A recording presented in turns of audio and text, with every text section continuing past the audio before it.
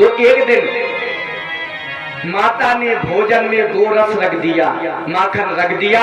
तो जैसे ही कन्हैया ने गोरस और माखन को देखा तो मानो कन्हैया के नेत्रों से आंसू आ गए। याद आ गया कि वो गोपियों की याद आ गई कन्हैया को, उस मैया यशोदा की याद आ गई कन्हैया। और तुरंत ही वो भोजन की रखी हुई थाली छोड़ करके चले गए, अट्टालिका से देखने लगे वृंदावन की ओर।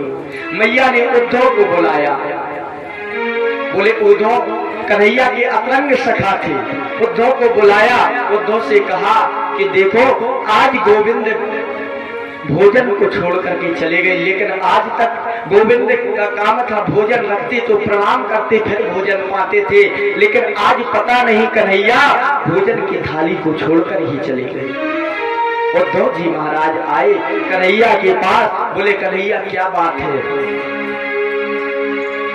तो कन्हैया ने कहा उद्धव मैया से कह देना कि जब मुझे भोजन करें दे तो कभी मेरे भोजन में वो रस से बनी हुई कोई वस्तु न रखे। क्यों? बोले इसलिए नहीं रखे क्योंकि जब जब मैं इन वस्तुओं को देखता हूँ तो मुझे मैया यशोदा की याद आ जाती है, उन गोपियों की याद आ जाती है। उद्धव जी ने कहा कि अरे तुम्हें याद क्यों आ जाती है? अरे तुम तो ब्रह्म हो, भला ब्रह्म को थोड़ी ममता होनी चाहिए। बोले कन्हैया ने कहा उद्धव अरे इतना अनन्य प्रेम करती है मैया यशोदा मुझसे, इतना अनन्य प्रेम करती है वो गोपियां कि उनके प्रेम का कोई बराबर नहीं। उद्धव जी सोचने लगे कि अरे ये ब्रह्म होगा। बोले तो तुम्हें समझाना चाहिए था। बोले मैंने बहुत समझाया, वो भी मुझे इतना याद करती है गोपियां कि उनके प्रेम के कारण मुझे भी नेत्रों में आंसू आ जाते हैं। उद्धव जी को विश्वास नहीं था। बोले कन्हैया अगर एक बार मैं समझा दूं उन गोपियों को तो शायद वो मान जाएंगे। तो कन्हैया ने कहा कि उद्धव एक बार तू भी चला जा, तू भी समझा के देख ले, शायद वो गोपियां मान जाए। तो उद्धव जी यहाँ तैयार हो गए, कहने लगे कन्हैया से, कहा उद्धव ने मोहन से मैं भी जाऊंगा वृंदावन और देखूंगा आज कैसा है अनुराग का। उद्धव जी ने कहा कि मैं वृंदावन जाऊंगा और जाकर के देखूंगा कैसा वो प्रेम का वन है। भगवान जब उद्धव जी जाने लगे तो भगवान ने कहा उद्धव रुको, तुम वृंदावन को जा रहे हो लेकिन वो गोपियां कभी किसी से बात नहीं करती। अच्छा जब वो मुझसे बात ही नहीं करेंगी तो मैं कैसे उनको ज्ञान का उपदेश दे पाऊंगा? तो उन्होंने भगवान ने अपना पीताम्बर दे दिया। बोले इसको बांध ले तो वो गोपियां पहचान लेंगी कि कोई ना कोई कृष्ण का प्रेमी ही आया है। भगवान ने पीताम्बर दिया, पीताम्बर दे करके उद्धव चले कि चले मथुरा से उद्धव वृंदावन निकट आया, ओ वही से प्रेम ने अनोखा रंग दिखलाया। जैसे ही मथुरा से चले उद्धव जी वृंदावन पास आया तो प्रेम का ऐसा अनोखा रंग उद्धव जी की मनोआकृति भी बदलने लगी। जैसे ही उन्होंने वृक्षों की तरफ देखा तो वृक्ष मानो उद्धव जी से कह रहे थे, वे तब झुक झुक कर कहते थे इधर आओ इधर आओ, और पपीहा पूछते थे पिए कहाँ जरा ये तो बतला। वृक्षों से भी आवाज आ रही थी कि इधर आओ तो पपीहा भी बोल आवाज कर रहे थे, तो उनसे यही आवाज आ रही थी कि हमारे प्राण प्रिय वो प्रियतम कन्हैया कहाँ है जरा ये बतला दो। जैसे ही उद्धव जी यमुना जी को देखा, नदी यमुना की धारा शब्द हरि हरि का सुनाती थी, और भ्रमर गुंजार से बस यही आवाज आती थी। जो यमुना जी की धारा थी उस धारा से भी हरी हरी की आवाज आ रही थी। क्या आवाज आ रही थी? है प्रेम जगत में सार और कुछ सारे नहीं। केवल प्रेम ही संसार में सार है, प्रेम के सिवाय संसार में कुछ नहीं है। तभी तो कहते हैं कि हरि व्यापक सारे वात्र समान।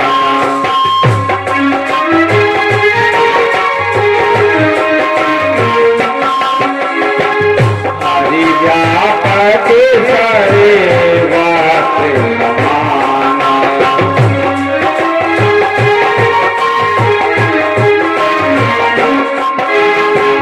प्रेमित से गाते हो ये नहीं जाना।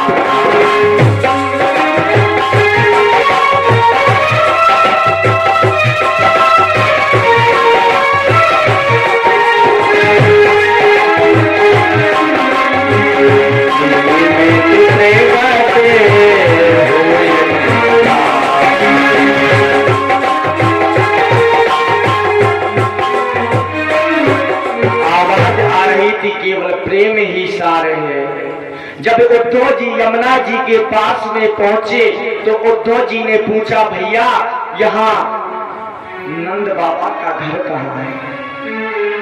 तो एक ग्वाल आया उद्धव जी के पास और कहने लगा कि ये यमुना जी के किनारे से एक और जो जल की धारा बह रही है, इसी धारा के किनारे किनारे चला जा, तू पहुंच जाएगा। बोले क्या विशेषता है इस धारा में? बोले ये कोई साधारण जल की धारा नहीं, अरे ये जल धारा वो है जब से कन्हैया यहाँ से वृंदावन छोड़ करके गए हैं, तब से माता यशोदा और बाबा नंद के नेत्रों के आंसू हैं जो एक आज जलधारा के रूप में बदल गए। उद्धव जी महाराज उसी धारा के किनारे किनारे पहुंचे नंद बाबा के यहाँ पर। जैसे ही नंद बाबा के यहाँ पहुंचे तो आवाज लगाई नंद बाबा, तो उन्होंने देखा एक बूढ़ा बूढ़ा व्यक्ति जो शरीर से बिल्कुल कंकाल की तरह जिनका शरीर हो गया, निकल के आया। बोले कहो कौन हो? बोले हमें नंद बाबा से मिलना है। नंद बाबा ने कहा कहो मैं ही नंद हूँ।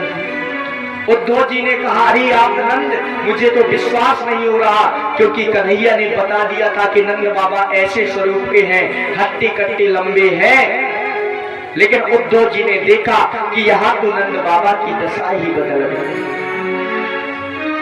ब्रज के रसिकों में भागवत जी में वर्णन आता है कि जिस दिन से भगवान चले गए थे उस दिन से नंद बाबा के यहाँ पर भोजन नहीं बना था, उनकी रसोई में भोजन भी नहीं बना था। जैसे ही उद्धव जी महाराज अंदर गए तो यशोदा को आवाज लगाई कि मैया। यशोदा ने कहा चुप हो जाओ, कौन हो? अंदर आंगन में मेरा कन्हैया सो रहा है। मानो यशोदा मैया को ये नहीं कभी लगा कि मेरा कन्हैया मुझसे दूर हो गया। बोले कौन हो? शांत हो जाओ, यहाँ तो मेरा कन्हैया सो रहा है। उद्धव जी महाराज स्तब्ध हो गए कि कितना प्रेम करते हैं। नंद बाबा ने कहा यशोदा जाओ, शायद कुछ लाओ खाने के लिए रखा हो। यशोदा ने कहा कि देखती हो जाकर अगर रसोई में कुछ रखा होगा, कुछ रखा होगा। क्यों? क्योंकि रसोई में कुछ बनता नहीं था, केवल प्रेम के आंसू पीते थे जब से कन्हैया चले गए थे।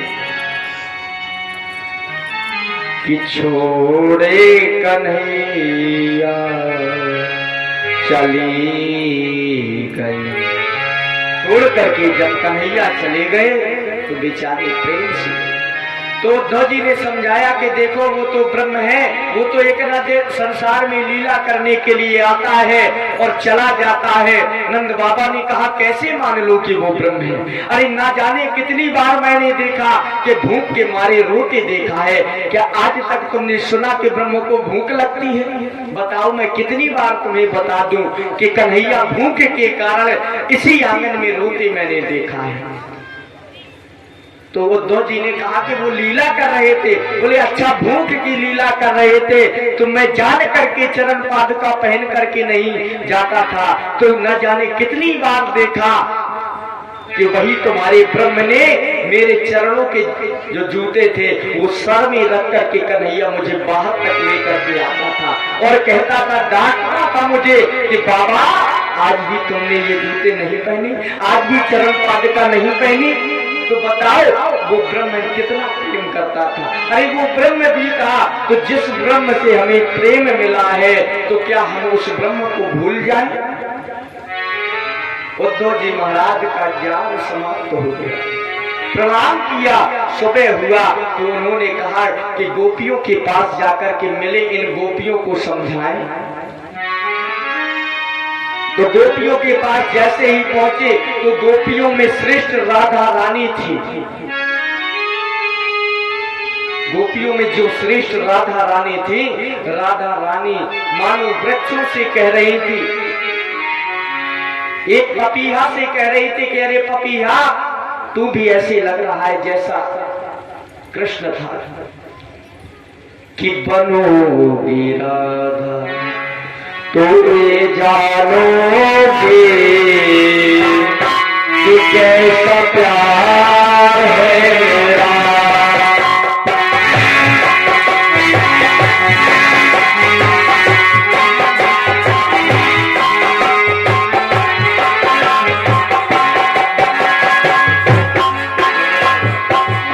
बनोगी राधा तो ये जानोगे कि कैसा प्यार है मेरा।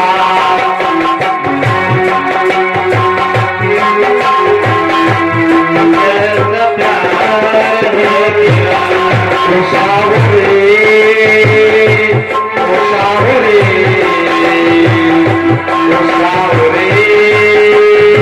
ओ सावरे, ओ सावरे,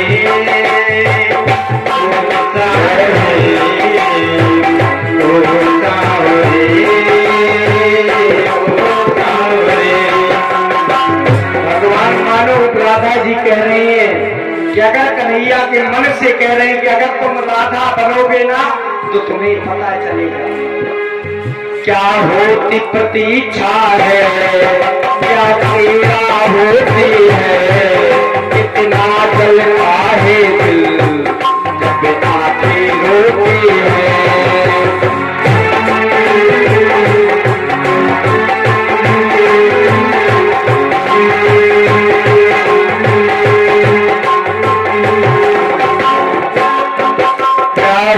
प्रतीक्षा है, क्या तेरा होती है, कितना जलता है दिल जब आके रोती है। क्या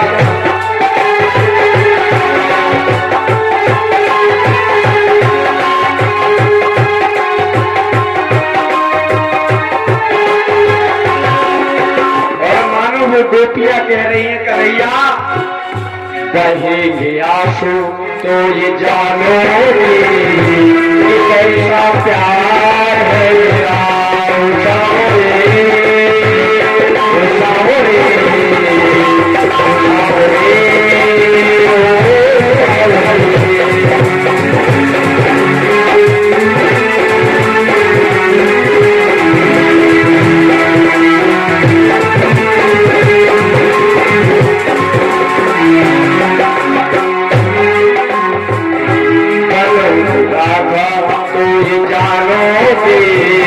कि कैसा प्यार है मेरा।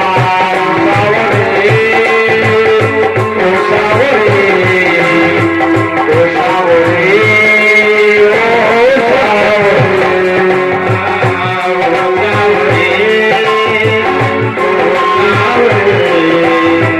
ओ सावरे, ओ सावरे,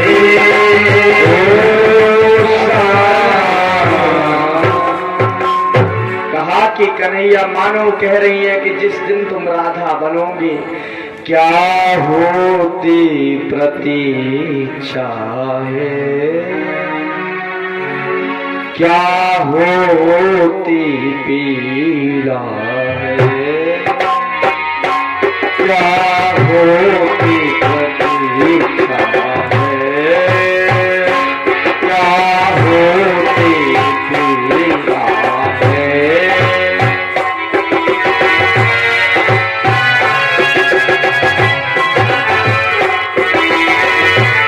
कितना जलता हो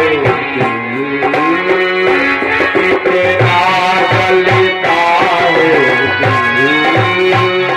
जब आके रोती जब आके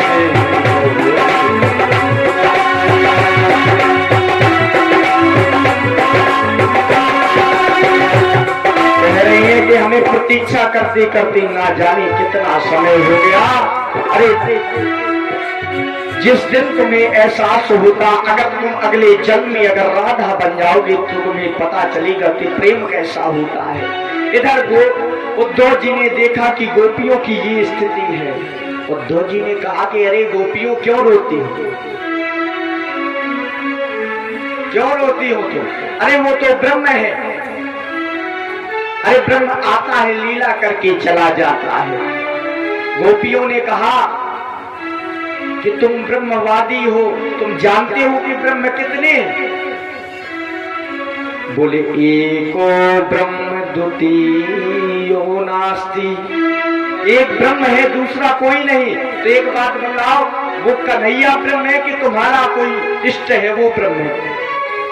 बोले वो कन्हैया भी ब्रह्म है, वो इष्ट जो मेरा ब्रह्म है वही कन्हैया के रूप में ब्रह्म बन करके आज कन्हैया के रूप में आया है, तुम्हारे साथ में लीला की। अरे अभी वृंदावन में लीला की है, अब मथुरा में लीला करेगा, कुछ समय के बाद वो भी चला जाएगा। अच्छा, तो उन्होंने कहा अगर अद्वैत के कायल, गोपियों ने कहा कि अद्वैत की कायल तो फिर क्यों द्वैत लेते हो?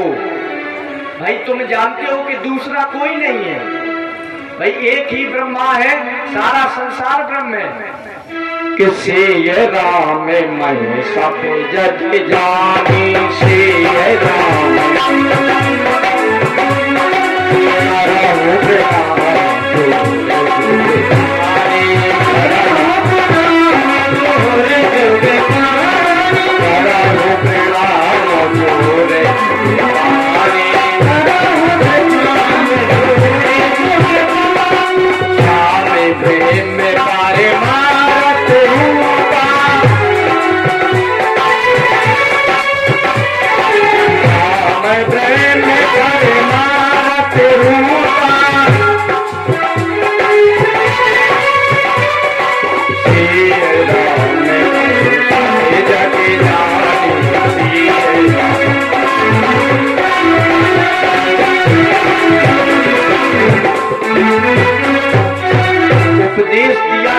जानते हो कि सारा संसार ब्रह्म है केवल। अच्छा, जो ब्रह्मवादी होते हैं वो यही मानते हैं केवल ब्रह्म है, सब में ब्रह्म देखते हैं। तो यहाँ गोपियों ने कहा अद्वैत के कायल, अद्वैत के कायल तो फिर क्यों द्वैत लेते हो? भला खुद ब्रह्म हो करके ब्रह्म को उपदेश देते हो कि जब तुम मानते हो कि मैं ब्रह्म हूँ, तुम ब्रह्म हो, तो फिर खुद ब्रह्म होकर एक ब्रह्म दूसरे ब्रह्म को उपदेश दे रहा है। ये कौन सा तुम्हारा अद्वैत का सिद्धांत है? तो भाई जितना उद्धव का ज्ञान था सब समाप्त हो गया, अब कोई ज्ञान नहीं रह गया। उद्धव जी के मन से आवाज निकली कि ज्ञान कुछ नहीं है, प्रेम जगत में सार, केवल प्रेम जगत में सार है और कुछ सार नहीं। पड़े श्री राधिका के चरणों में, पड़े श्री राधिका के चरणों में, कहा गुरु मंत्र दीजिए। राधिका जी के चरणों में पड़ गए, कहा गुरु मंत्र दीजिए। पड़े राधिका के चरणों में, कहा गुरु मंत्र पाया है। क्या पाया है? है प्रेम जगत में सार और कुछ सार, केवल प्रेम ही संसार में सार है, प्रेम के अलावा कोई सार नहीं। तभी तो गोस्वामी तुलसीदास जी वर्णन करते हैं कि राम ही केवल प्रेम प्यारा,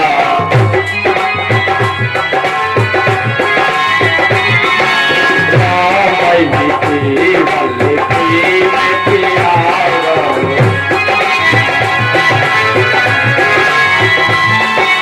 राम ही केवल प्रेम प्यारा, ही केवल प्रेम प्यारा,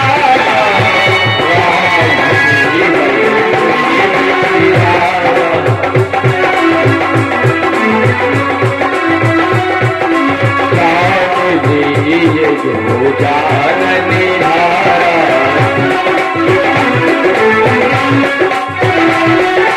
जानने बजो जानने हारा, जानने जो जानने हारा, राम ही केवल प्रेम प्यारा,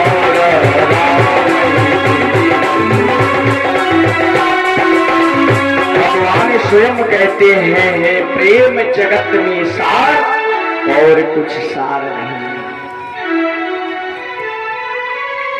यहाँ पर उद्धव जी महाराज उन गोपियों के चरणों में, उनके चरणों की रज माथे में लगाकर चले गए। सब ज्ञान समाप्त हो गया। ज्ञान का जो उद्धव जी को अभिमान था वो ज्ञान समाप्त हो गया उद्धव जी का। और जब ज्ञान समाप्त हो गया तो इधर उद्धव जी लौट करके आए। तो पता है उद्धव जी कितने दिन बाद लौट के गए थे वृंदावन से? 6 महीने के बाद लौटे थे।